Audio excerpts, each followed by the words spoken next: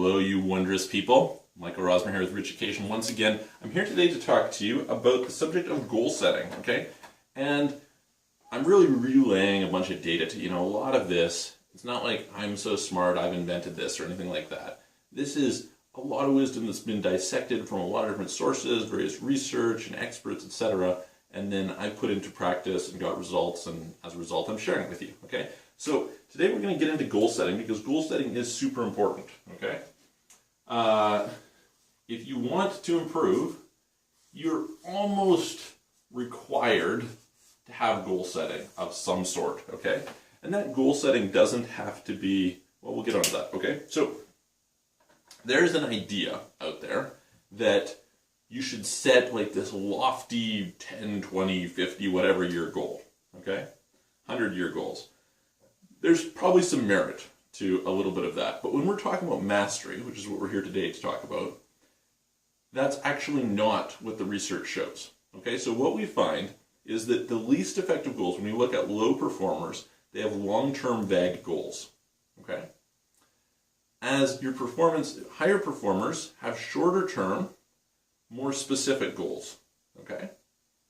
The top performers have process-based goals, okay? So I'm going to kind of formulate a few different comment things for you here to kind of give you an overview, okay? So we want, number one is short versus long. So we want our goals to be short, very, very close, okay? I'm just going to improve this little smidgen. Now, that's going to be in alignment with where you're going long term, right? You want to go to wherever. So, of course, the alignment, that big, hairy, audacious goal, whatever, sets your direction. But then you get down to something very, very much immediate, okay? Second, we're going to go process versus results, okay? What's the big deal here? The big deal here is that the process creates the results, okay? So if I want to swim faster, I don't just set the goal of swimming faster.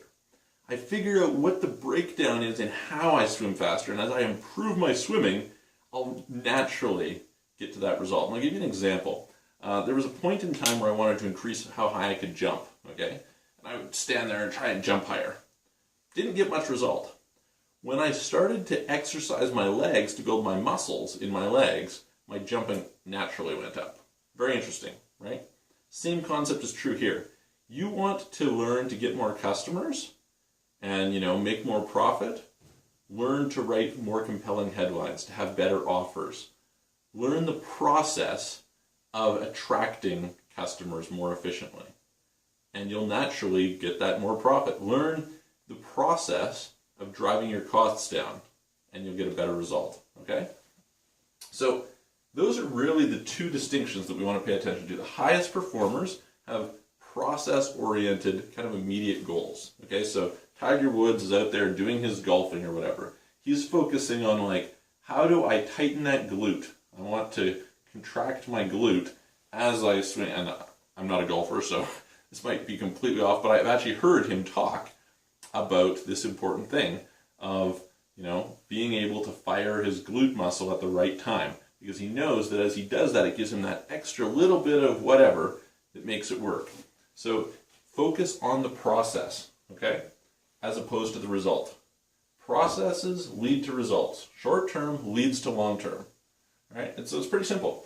That's what you want to do with your goals in order to gain mastery. So within mastery, let's kind of pull back, set some context here.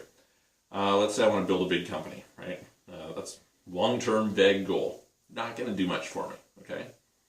If I pull it down to shorter term, I can say, okay, I want to make $10,000 a month, or $10,000 this month, okay? Pull it back more to a process-oriented goal.